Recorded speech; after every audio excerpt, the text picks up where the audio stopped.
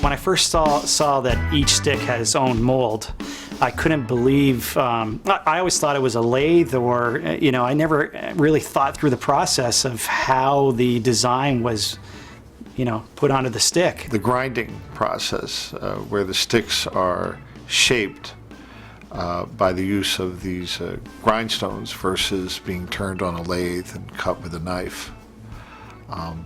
That was the most impressive part of the tour for me. Other manufacturers use traditional wood turning to shape their sticks. Here at VIC FIRTH, our method is far superior to that.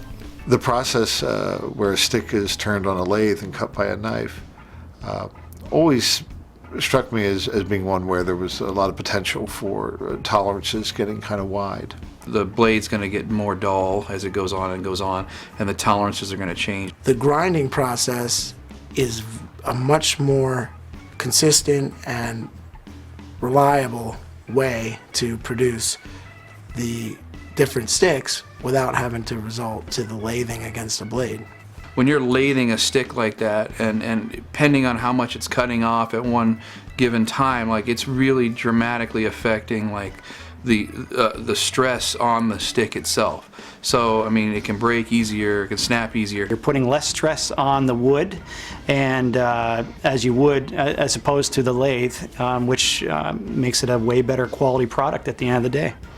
If you're not maintaining that blade the way that it needs to be maintained, from what I understand, then that starts to produce very irregular cuts and sticks as a result. So that's the thing about the back knives, is that they have to be sharpened all the time. The stone mold is a much more accurate way to get the exact shape of the stick without chipping off extra pieces of wood or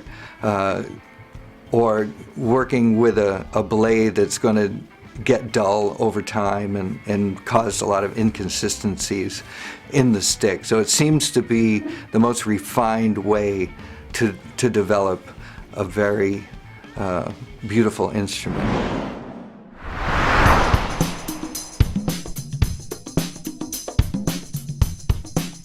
The plunge grinder is where the stick comes alive, you know, and gets their own identity, the first one. The final shape of the drumstick is produced by the action of two plunge grinders. In plunge grinding, a 10-inch wide grinding wheel is form-dressed to the exact shape of the part to be produced.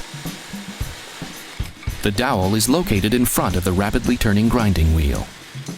A second regulating wheel rotates the wood and presses it into the grinding wheel, which causes the shape to be ground into the stick. So the regulating wheel spins the stick, the stone mold spins against it, and it grinds the stick into what it is, as opposed to taking the stick and spinning it against a blade. It is in the second grinding process where the back 10 inches, including the butt end of the stick, are formed. The motion of the regulating wheel, and thus the diameter of the stick, is precisely controlled and measured in thousandths of an inch. Consistency is really the most important thing when you're dealing with something like drumsticks. And, for a professional musician, I mean, consistency is the thing that separates the men from the boys, or the good players from the great players, or vice versa. And you would be hard pressed to achieve that consistency without having consistent tools. Vic shapes the sticks for the grinding stone, and that works better than traditional lathes that could chip or cause imperfections or inaccuracies in the wood. Minor grain variation, which would be perfectly acceptable from a quality and strength standpoint, causes the cutting knife to tear the surface of the wood, resulting in rejected product. Traditional turning produces poor surface quality unless the grain of the wood is extremely straight. This is exceptionally true with hickory, where it's tough and durable. So some companies have got higher moisture content because when they're using knives cutting the wood, it's easier to work with. And Vic, which is a bad thing, because when you hit a knot, big chunks of wood fly off. But Vic did it the clever way by grinding it on a stone.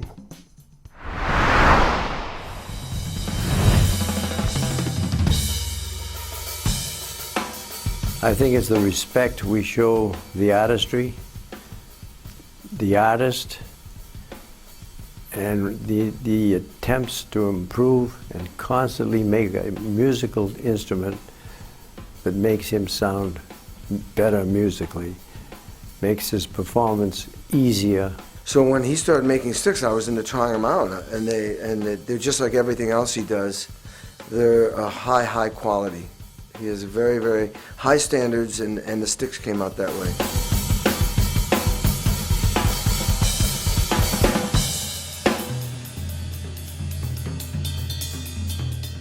It's a compliment to me and the company that I have had so many great players over the years. My whole association with VIC FIRTH is personal to start with, because I was a student of his when I was, I guess I'd consider, a teenager.